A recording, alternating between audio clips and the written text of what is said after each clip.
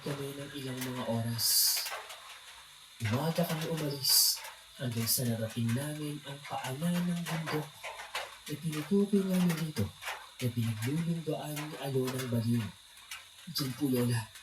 Nandiyan po ang matandang aswang na umulam sa akin.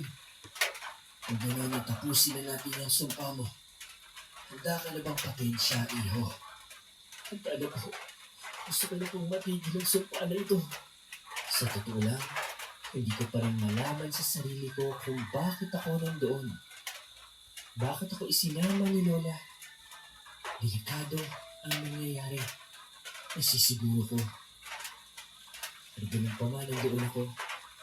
Sa totoo lang, gusto ko rin matulungan si Lito dahil napakabuti nito. At sa nagdaang mga panahon nakakasama ko siya. At kahit sa paano, napalapit na rin ako sa kanya. Mabuti siya na tao. Isa siyang kaibigan na mapagkakatiwalaan.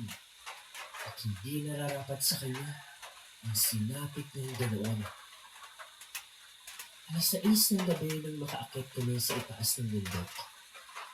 Sa paligid ay nagkalat ang mga patay na hayop, ang mga bulok na karne, mga buto ng tao, ang mga sariwang putol-putol na katawan ng tao. Hindi mo itatanggi na takot ako noon at kilabot na kilabot pero sa kabilang banda.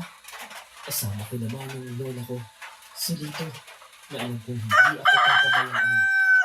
Ako, basahin mo lang ito kapag alam mo nasa alanganin ka. Tumakas ka kapag mapagkakataon ka at iwanan mo kami kung hindi namin makakaya. Maliligtas ka ng dasal na yan at walang mangyayaring masama sa'yo. Kaya kita isinama dito dahil sa totoo lang.